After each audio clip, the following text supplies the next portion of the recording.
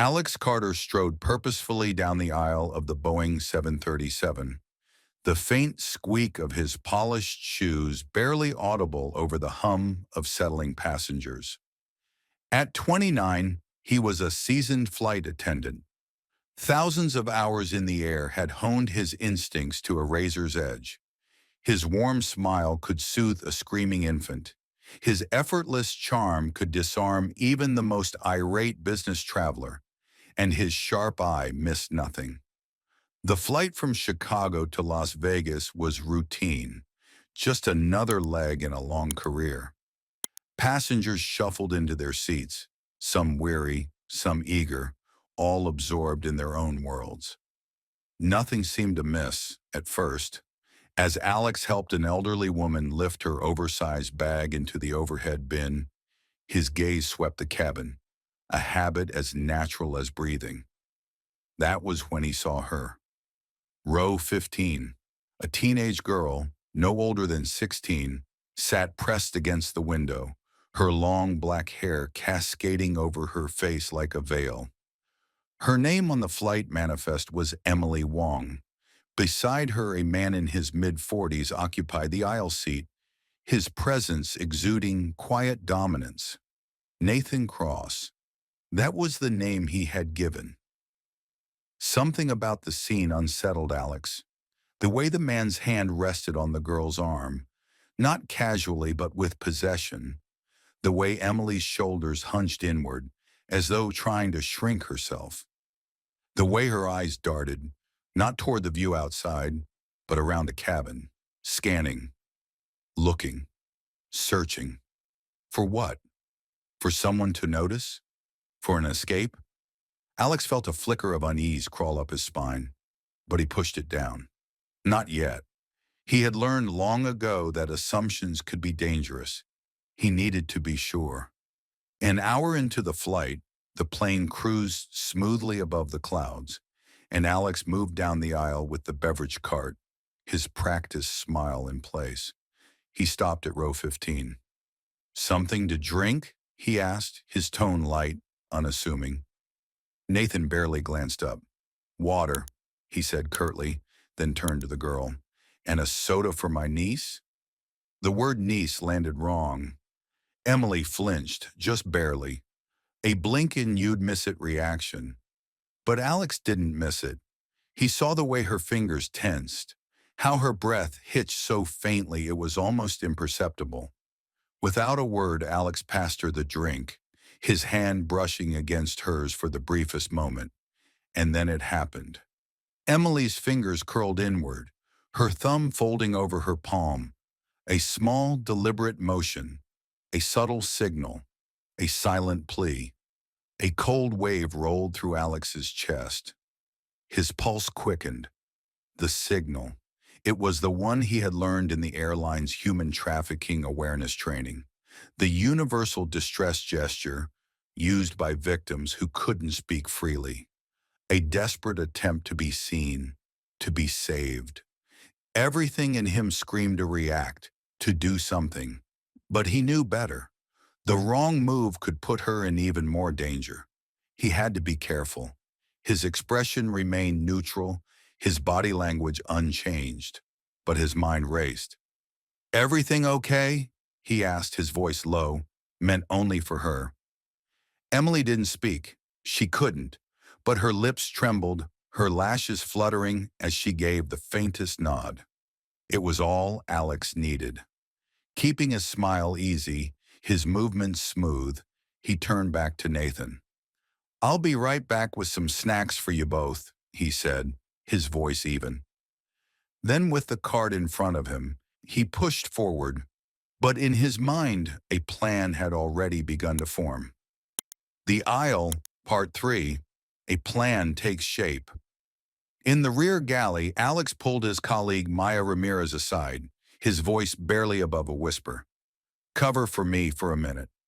Maya's brows knit together in concern. "Is everything okay?" Alex exhaled sharply. "I don't know yet, but I think we have a situation in row 15. The girl, she gave me the trafficking signal." Maya's eyes widened. the weight of his words settling heavily between them. "Are you sure?" Alex nodded grimly. "Dead serious. I'm alerting the captain and contacting ground control. Can you keep an eye on that row?" Maya didn't hesitate. "You got it. Be careful." Slipping into the lavatory, Alex tapped out a coded emergency message to the cockpit. Within moments, Captain Evelyn Rodriguez's voice crackled through his earpiece. "Message received. Air traffic control has been notified. Ground authorities will meet us in Vegas." Her voice was steady but firm. "Stay calm. Keep it discreet. If this is real, we can't risk spooking him." Alex clenched his jaw. He knew she was right. They had 2 more hours in the air. 2 hours where anything could happen. Every second felt like an eternity. As Alex re-entered the cabin, his sharp eyes scanned the passengers. Then he caught the gaze of Rebecca Green, a teacher seated across the aisle from Emily. Something in her expression told him she had noticed too.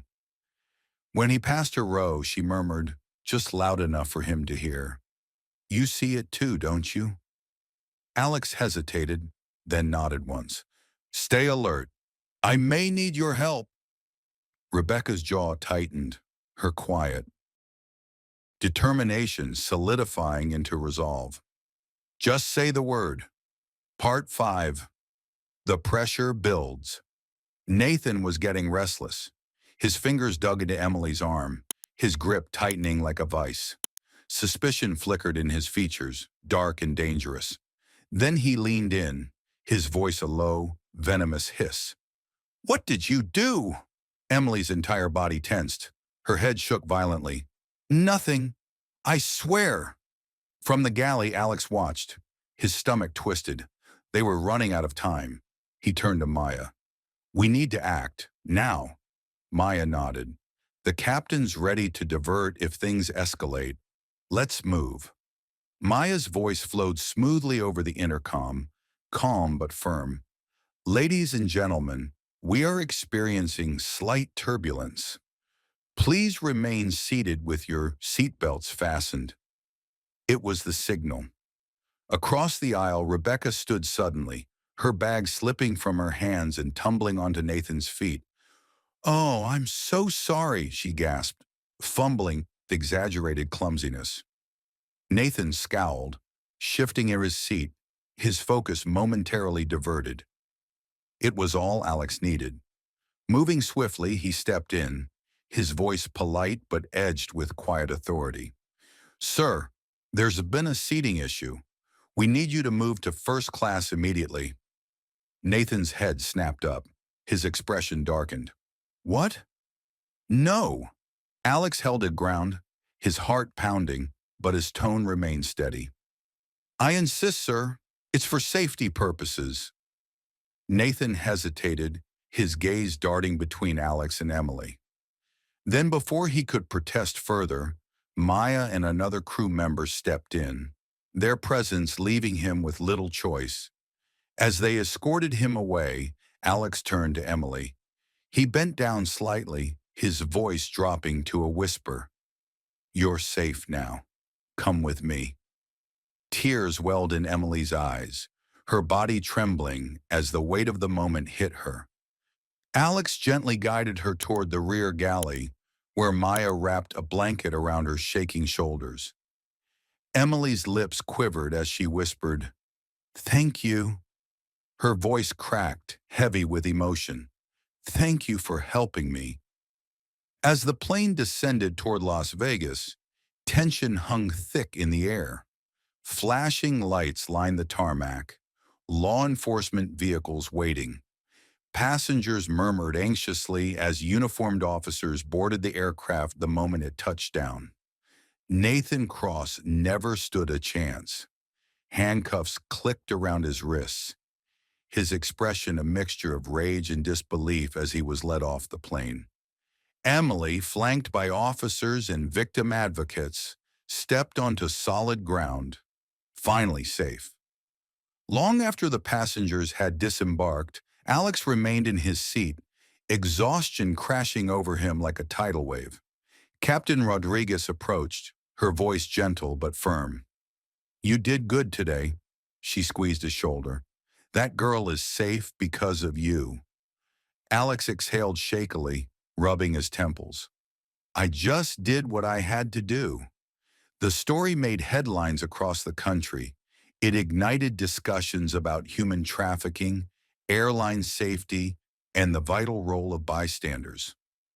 But for Alex, it wasn't about the news. It was about the letter that arrived weeks later. Handwritten, carefully folded. "Thank you for saving my life. You believed me when no one else would. I'm safe now because of you." The words burrowed into his heart, a reminder of how one small moment of awareness could change everything.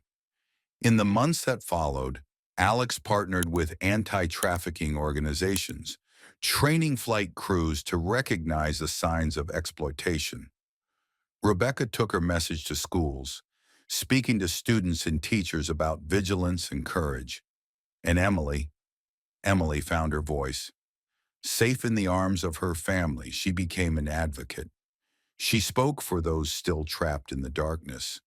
She fought for those who had no one to fight for them. Their actions became a ripple, stretching beyond that single flight, saving lives they would never even meet. Epilogue, a new purpose. Months later, as Alex stepped onto another plane, he glanced around the cabin with fresh eyes. Every seat holds a story, he thought, and sometimes all it takes to change that story is the courage to act.